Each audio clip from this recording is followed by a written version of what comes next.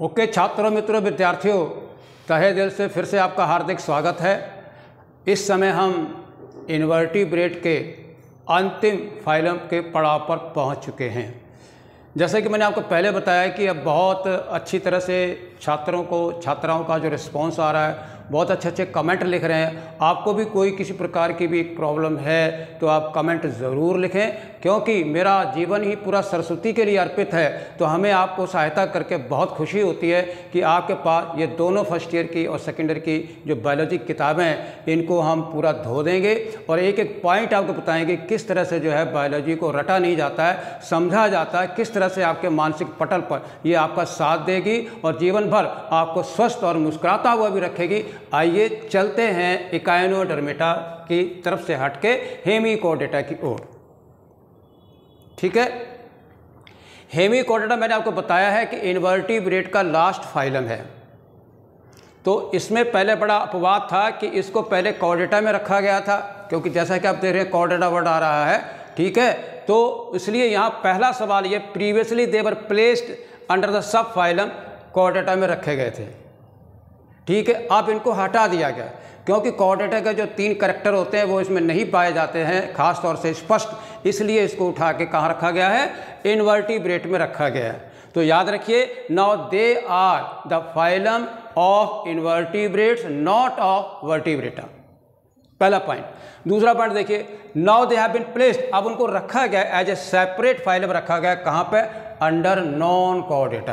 तो याद रखिए हेमिकोडेटा आपके नॉन कॉर्डेटा का है, याद रखिएगा फाइलम, नॉन कॉर्डेटा का फाइलम हेमिकोडेटा है। ये आपके 2 पॉइंट आपके बिल्कुल ही क्लियर हो गए होंगे कि क्यों इसको जो है हेमिकोडेटा को इन्वर्टिब्रेट में रखा गया है, क्योंकि ट्रू जो आपके करैक्टर जो है कॉर्डेटा के वो इसमें नहीं होते स्पष्ट, इसलिए इसको जो है नॉन कॉर्डेटा के फाइलम में रखा गया है। प्रेजेंस ऑफ स्टोमोकोड, बहुत ही खतरनाक सवाल है आपके सामने। ये देखिए, पहला सवाल है नीट का कि स्टोमोकोड किस में पाया जाता है। कॉर्डेट में कॉर्डेट देखा होगा, नोटोकॉर्ड देखा, लेकिन ये स्टोमोकोड क्या है? ये आपका एक रूडिमेंट्री स्ट्रक्चर है, वेस्टिजियल स्ट्रक्चर है, जो कि उसके एनिमल के एंटीरियर पार्ट में कॉलर में पाया जाता है। तो नीट का बहुत ही बेहतरीन सवाल है। क्वेश्चन ये है कि किस फाइलम में स्टोमोकोड पाया जाता है? आपका आंसर है क्या? आपका हेमिकोडेटा में पाया जाता है। ठीक है, आइए आगे चलते हैं। इनको वर्म लाइक एनिमल होते हैं और ये मेराइन होते हैं, इनका कोई फ्रेश वाटर मेंबर नहीं है, अक्सर रेत के अंदर घुसे हुए पाए जाते हैं, समुद्री यानी मेराइन एनिमल हैं। ऑर्गन सिस्टम लेवल इनका बॉडी ऑर्गेनाइजेशन है, जैसे कि आप पहले ऑलरेडी देख चुके हैं। ठीक है, अब आपको ले चलते हैं बायलेटरली सिमेट्रिकल। इनमें भी बायलेटरल सिमेट्री पाई जाती है और ट्रिप्लोब्लास्टिक होते हैं और सीलोमेट भी होते हैं। बॉडी इनकी जो है वो सिलिंड्रिकल होती है। और याद रखिएगा, ऐसा कौन सा फाइलम है जिसमें एनिमल की बॉडी जो है 3 भागों में बांटी जाती है?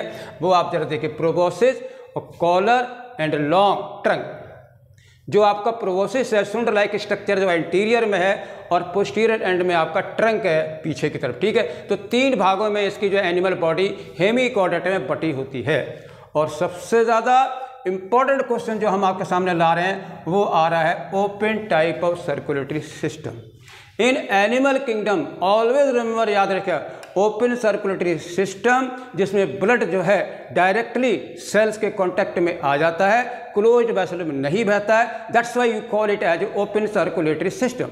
अनदर वेरी इंपॉर्टेंट क्वेश्चन जो है आपका नीट के लिए वो ये है कि ओपन सिस्टम कहाँ कहाँ सर्कुलेटरी सिस्टम पाया जाता है। रिमेंबर, आर्थ्रोपोडा में, मोलस्का में, और तीसरा आपका हेमिकोडेटा आ रहा है। इन 3 जगह जो है ओपन सर्कुलेटरी सिस्टम पाया जाता है। Never do forget, at 3 phylum we have got what? Open circulatory system, Arthropoda, Mollusca and Hemichordata. Okay, respiration जो है वो गिल्स के द्वारा होता है। ये आपका सबसे इंपॉर्टेंट सवाल था। एक्सक्रीटरी ऑर्गन याद रखिए, बहुत ही अच्छा सवाल है, प्रोबोसिस ग्लैंड के द्वारा होता है। ये भी आपका हिट सवाल है। जैसे ओपन सर्कुलेटरी सिस्टम है, ऐसे इसमें प्रोबोसिस ग्लैंड जो है किस में पाई जाती है? Your answer is hemichordata. ठीक है, सेक्सेस इसके सेपरेट होते हैं, फर्टिलाइजेशन इसका जो एक्सटर्नल होता है, और डेवलपमेंट इनडायरेक्ट। डायरेक्ट में लार्वा नहीं बनता, इनडायरेक्ट में जो है लार्वा बनते हैं, इसलिए इसको इनडायरेक्ट डेवलपमेंट कहते हैं। और इसके दो एग्जाम्पल आपके सामने प्लेस हैं, बेलेनोग्लासिस जिसे टंग वर्म कहते हैं, और दूसरा है आपका सैकोग्लासिस। नीट के लिए मैचिंग आ जाती है, कौन सा सही है, एक 3-4 एनिमल के नाम सीक्वेंस में दिए होते हैं, तो आपको याद रखना B फॉर बेलेनोग्लासिस और S for saccoglossus, both of them, दोनों आपके हेमिकोडेटा के हैं। वंस अगेन रिपीटिंग, रिवाइज करते हैं, ये आपका नॉन कोडेटा फाइलम है। तीसरी रूडिमेंट्री स्ट्रक्चर इसमें स्टोमोकॉर्ड है, और उसके साथ साथ 3 इसके बॉडी के रीजन होते हैं, और बहुत ही important open type circulatory system पाया जाता है। और प्रोबोसिस ग्लैंड एक्सक्रीटरी ऑर्गन है, ऐसा मत कर दीजिएगा ये रेस्पिरेटरी है या ये रिप्रोडक्टिव है या ब्लड, नो, एक्सक्रीटरी, ठीक है। और लास्ट में जो आपका जो मोस्ट इंपॉर्टेंट है, 2 आपके एग्जाम्पल है। बहुत बहुत धन्यवाद हेमिकोडेटा के साथ साथ, थैंक यू।